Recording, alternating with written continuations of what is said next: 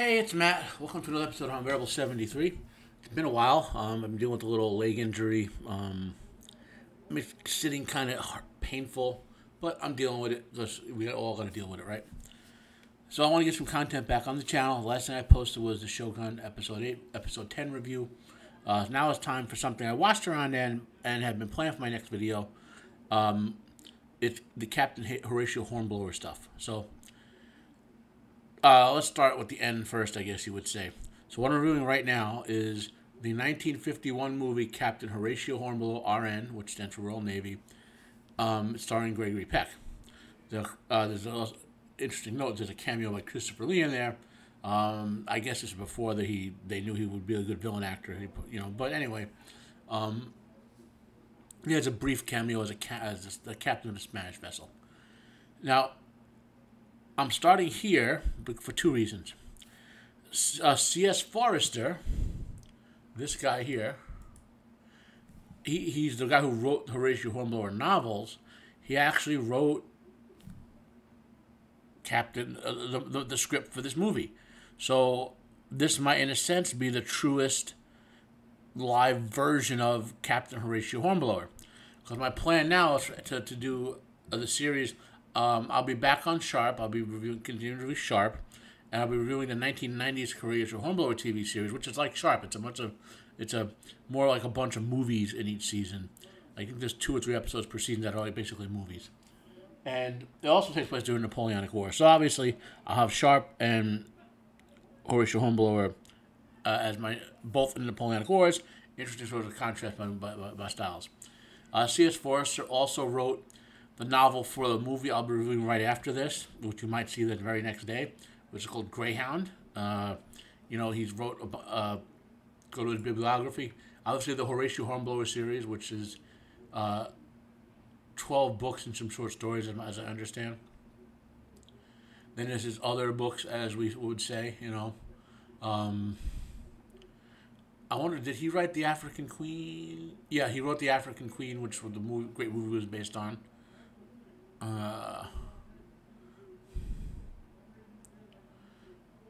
Yep. Okay, so let's just kind of get into it, right? So, this movie came out in 1951, starring Gregory Peck, cast and crew, Virginia Mayo, Robert Beatty, Moultrie, Keltress, James Kennedy, Michael Dolan, Alec Mungo. This is our cast here. Gregory Peck is the main guy, obviously. He is your feature actor in this whole thing. Now, obviously, these other actors and actresses of the time were significant, but Peck is the guy, like the legendary actor. And, of course, Christopher Lee with his cameo. So I have linked below to this movie. I have the IMDB and TVDB articles about them, so you can get some more info that way. I also have an article about I have the homepage at the National Army Museum for the Napoleonic Wars, so you can get a sort of sense of the battles and stuff like that. I'm going to add this link to all my Sharp reviews as well, because it's really, when you get into these TV shows, which are trying to be historical fiction, it helps have a little idea of some of the history of what's going on, And I also have a link in this, I'll have all of these links, Horatio Hornblower, the Wikipedia about the character itself, and C.S. Forrester will be in the links for this movie and in all the TV show coming up. And I'll have the link for the TV show and TV show as opposed to the movie. So that's that. So let's get into it. We're going to do the usual visual review. Let's put me in VLC, move to the top. No.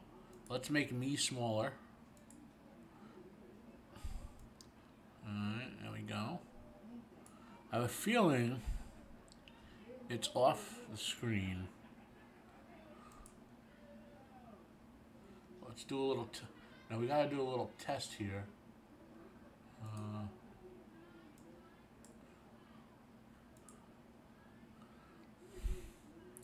Yeah, it's off the screen for you guys. I'm gonna shrink it down a little. There we go. Okay. So Warner Brothers Pictures. I mean, the cinematography in this movie is beautiful. Like the coloration. I don't know if this. I don't think this is colorized. I think it's actual a Technicolor original, and it's beautiful looking. Um, like the detail for a film of this time period, it's visually stunning. Okay, just that's the main thing about this movie that got me. How visually stunning, how well it was filmed, the angles, the camera work, the coloration, and all that. You know. Now, one caveat, it does feel, it does kind of feel episodic in the sense that it's an hour and 52 minutes, right? It feels like every 20 or 30 minutes there's kind of a break in the story where like this feels more like a bunch of half an hour TV show episodes put together in a movie, but it works. It's not like it's broken or anything. It's just the story has natural stopping points that to a TV watcher feels like it was divided out that way. Okay, for now, obviously back then they would have to be using either real ships or model ships or paintings of ships, since nowadays they don't have the computers and all that, which is fine. I like how they show the little detail where the ship. So what happens in the movie is the Horatio Hornblower is given a mission to go. I should get a map of this. Let's go map of the Americas. Images.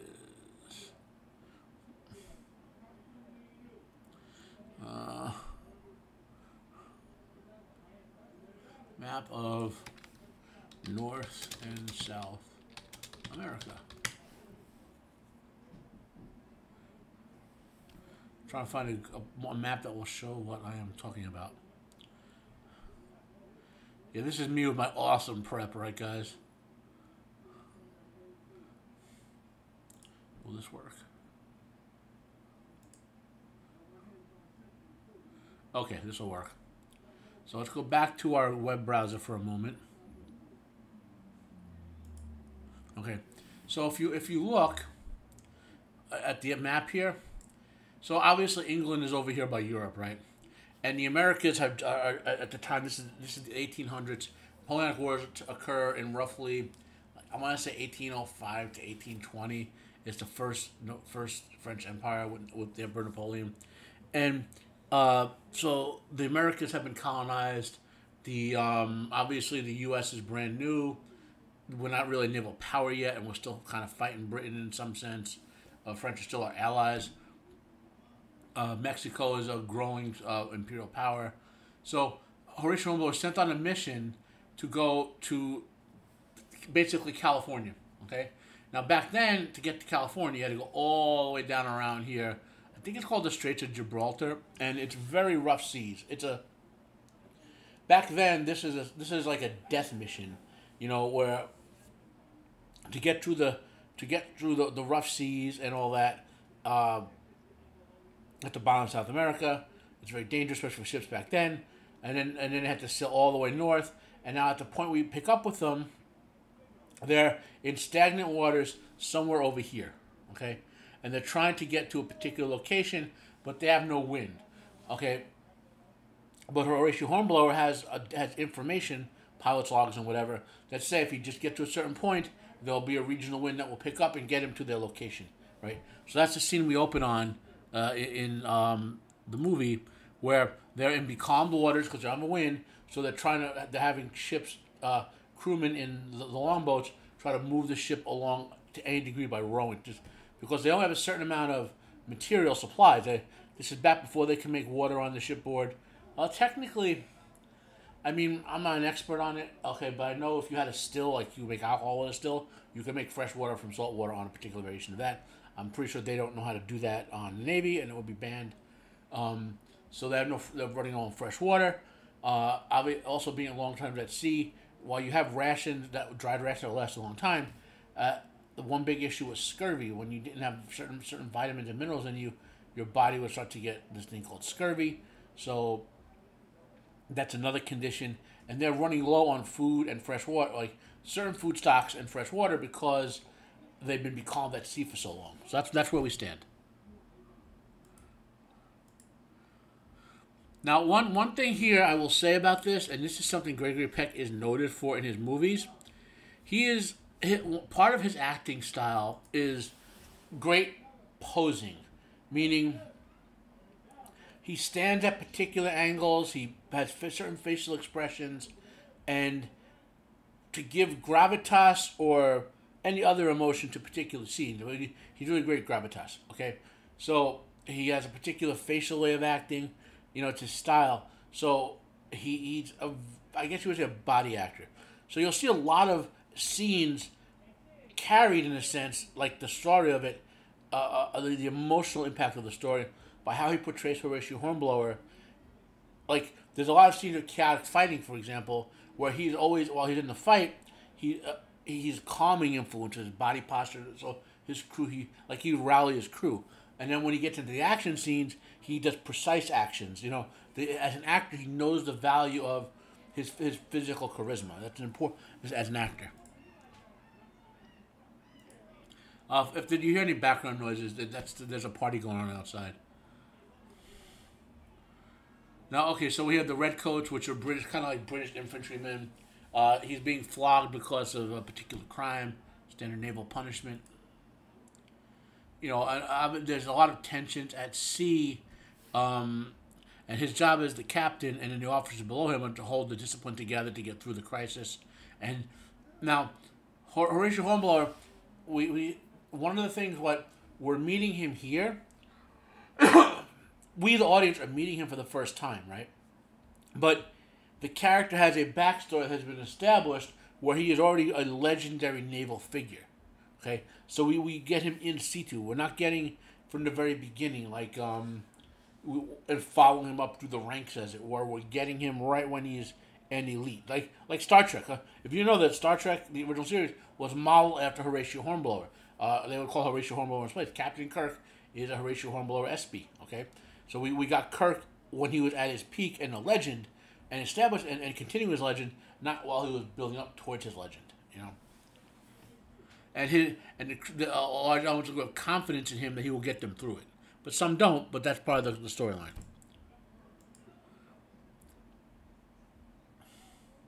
Again, more of that body posture. You can see the tension on his officers, but you can see the tension on his officers, right? But he has a calm, confident body posture. It's like a little more relaxed, and it's conveying to them as an actor that, story of stating to the audience that I'm going to calm things down. I'm going to keep things in order. I'm going to keep everyone focused. Great acting. Of course, now we get to the chaos of they're going to attack a rival ship, I believe, here. So the crew's in action. No, that was a storm, I think. No, that was a drill. That was an action drill. They want to get down to a certain amount of point. So this shows a lot of Hornblower having his men be drilled and all that, which is fine.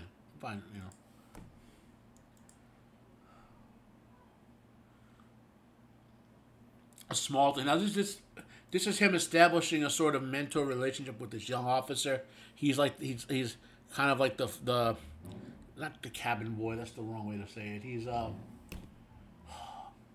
He's an ensign basically. So and part of his job is to run errands for all the senior officers, and that's part of how all the young officers learn is that by running errands for all the senior officers, they learn bits about how to do their jobs, and eventually they advance through the system, as it were. Okay, and this is establishing a sort of mentoring relationship with Horatio and this guy.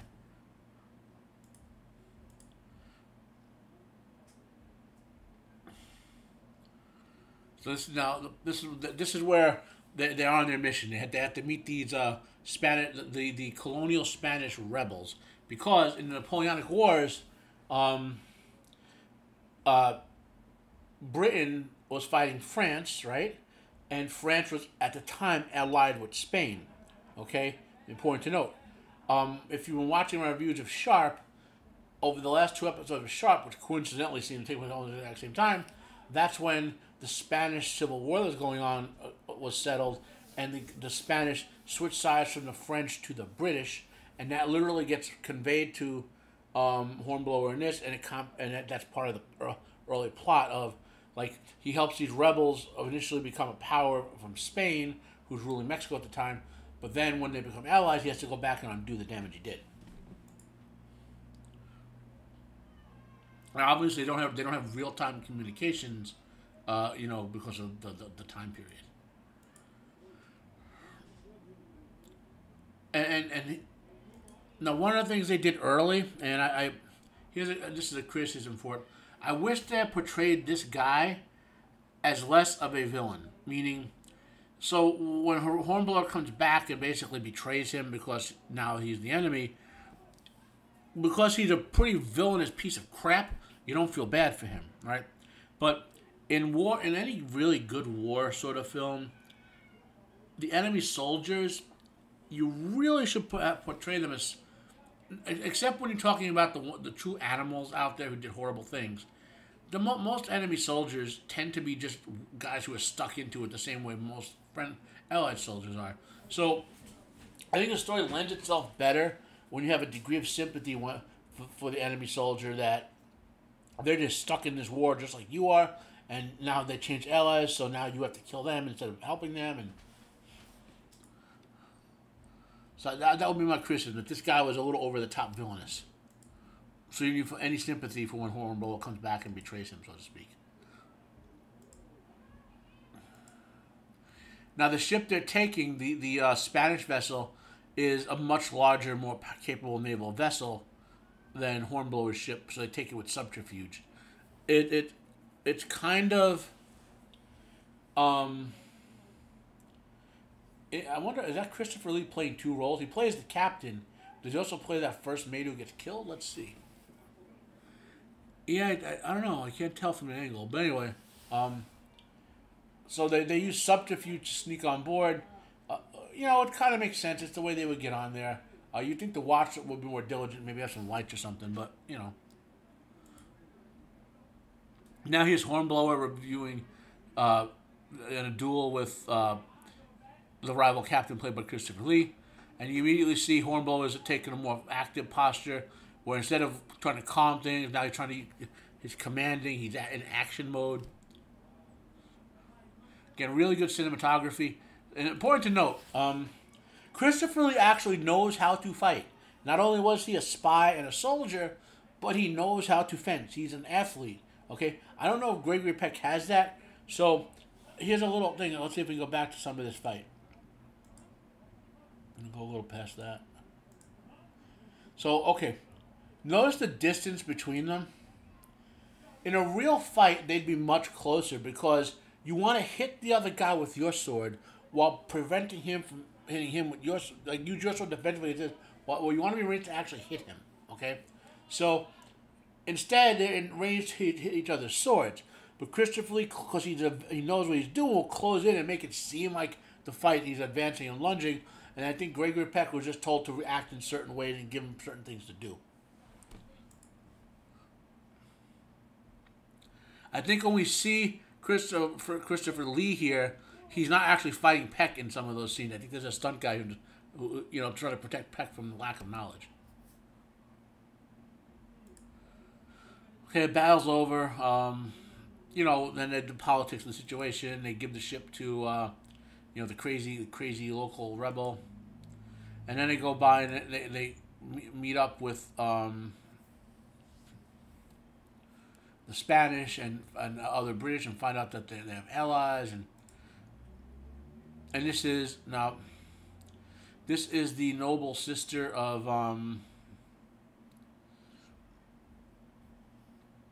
a character comes in later. She's the romance element interest. I thought this romance, I understand it's the 50s, so it's hard to make it work out, but the romance felt a little sort of squeezed in. Like, it didn't feel, maybe because they didn't have great charisma with each other. Sometimes it happens where the actor and actress don't have compelling charisma, so when you're trying to portray a romance on screen, it doesn't really work. I didn't buy this romance, but then again, anyway.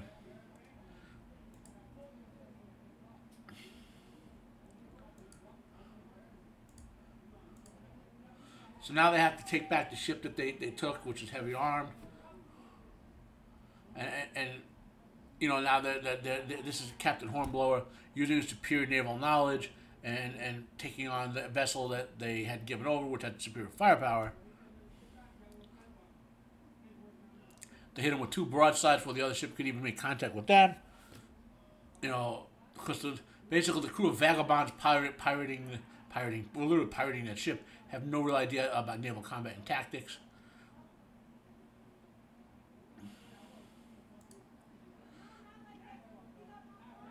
Fire! I like the depiction of naval warfare in here. They managed to do it reasonably well. Given its ancient naval warfare, they probably had to they probably had to use models for some of this. It's pretty realistic as far as I would have done them, so I'm okay with that. Again, the combat scenes were the best part of this. You felt like you were in the battle. You felt, you cared about the characters living and dying. The only flaw I'll say again is because you didn't have the villain was the leader of the villains was maniacal and crazy and evil. You had less sort of sympathy for his troopers who were being blown apart by cannons here. So yeah, they would throw the wreckage overboard because it's pointless garbage right now.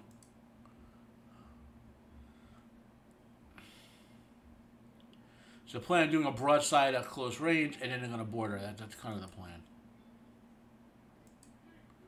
And of course, we set up earlier this kid, the young ensign. We established like a sort of mental relationship with Horatio Hornblower, an emotional connection. Now the kid suffered a wound, and you see Hornblower trying to be stoic, but on the other hand, knowing this kid looked up to him, and really good acting. Because he has to be the stoic captain right now, because the men can't see him fall apart after all the battle.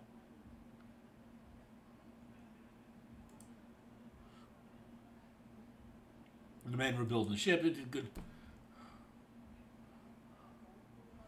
Now here's part of the B plot. Remember I said it felt like it was episodic?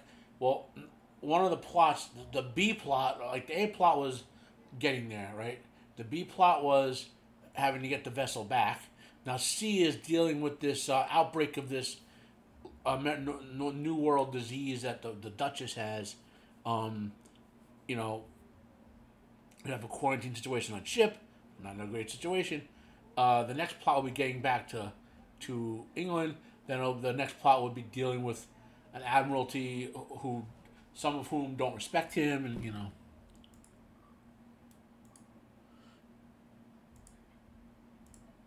This is where ostensibly Howard Hornblower fall for one another, because he's kept the crew out, so he's one of the primary caretakers. This is because he's staying in his cabin while he stays with the first officer. So this is where they develop their emotional connection, supposedly, in the film. Again, I do not feel the actors had great chemistry here.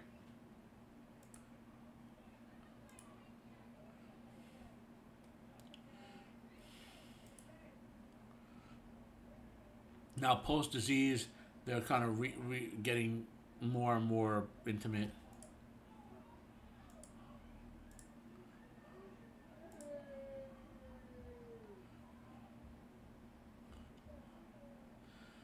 So now here's a little contrivance. So some in the Admiralty are criticizing his decisions over in the New World, because he was making policy decisions when he's only a captain. But the problem is there's no communications, and he had to decide something. He was in a no-win scenario. So this douchebag is exploiting the no-win scenario because he doesn't like Hornblower, and it's just politics. Well, so at the level of the Admiralty, like the captains are the beginning of the borderline between end of sort of like soldier and beginning of politician, and they want to control which captains advance into the higher ranks so they can have their political factions essentially win out by having the majority. And that's true in modern militaries. You'll see that play out, say, in the modern U.S. military, just to give you an idea. And there's a lot of noise. Sorry about that, guys.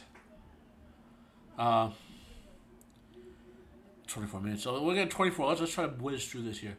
So that's the next chunk is him being court-martialed, and he finds out that his wife, he had a wife and a son at home. His son was born while he was away. His wife died. Okay, so he's just a baby son, and basically his maid is raising his son.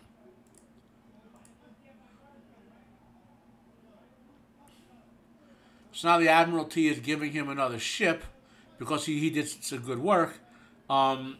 But the compensation for him getting a new ship is that he's going to go under the command of an officer who hates him.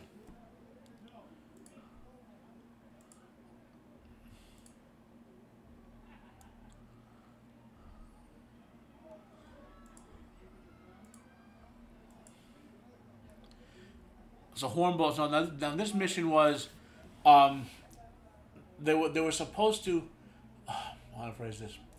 So their mission was that they had to stop the resupply of Napoleon's army, and they were hunting for the supply ships. And Admiral Layton was like, "Oh, I know where this is going to be. We're going to do it this way." And Hornblower, being the better strategic officer and all that, said, "No, it's probably going to be this way." And it was the way Hornblower says. So Layton's like, "No, you're not going to claim." I mean, what he says is, wait till the full force can be deployed upon them. What he means is, I'm not going to let you take credit for this. I'm not going to take credit for this. So Hornblower goes in and destroys these supply ships, but his ship gets wrecked, and he gets captured along with one of his officers.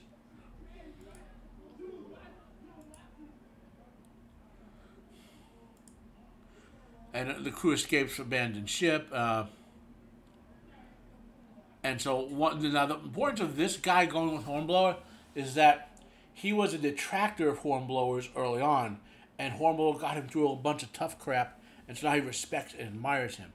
So that's kind of showing you the progress of Hornblower's heroic decision-making, his proper decision-making, his charisma working on guys who were against him and all that, you know. And look at the posture. Peck knows, like, this is a posture of great people saying an appreciative, a thankful, appreciative body language posture. So he's conveying the proper emotion in the acting scene, so audience knows that the character is grateful, that he may have to say one thing, but he means what he means.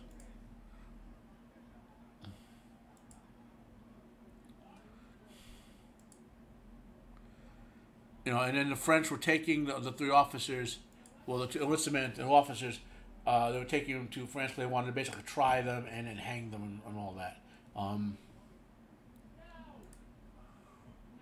And then, of course, there's a heroic escape along here. They steal a schooner. They rescue a bunch of the crew. Again, this classic sort of. A lot of people will call this like a Gary stew, but it's not. See, a Gary stew is when there's no basis for the character or a Mary Sue. Like, the character just like, all of a sudden, out of nowhere, the character, oh, by the way, I was an elite ninja, too, you know? Like out of nowhere, you know? When you establish a character as a legitimate badass with all these sort of capabilities, and they do stuff, as long as it's proper storytelling, then you get good outcomes. So that was Captain Horatio Hornblower R.N., the first iteration of it that I'm going to review. It was written by C.S. Forrester, and I enjoyed it. I don't know if it's something I'll watch again anytime soon. It feels, I don't know, I might someday. I'm not a big Gregory Peck fan, but I like the story in it. I have a feeling I will like, well, I may or may not like the TV show more, but people tell me I will, so we'll see. On a scale of 1 to 10, this is probably a solid 7. You know, it's enjoyable once through if you especially if you like historical fiction and historical Navy combat and other stuff, because it's well done, and it is beautiful. Just watching it once it's worth taking in all the Technicolor masterwork in it. Anyway, that's been my review of Captain Horatio Hornblower R.N. My name is Matt. It's Unbearable 73. Have a great holiday weekend. It's Memorial Day weekend. I'm posting this, and I am out of here.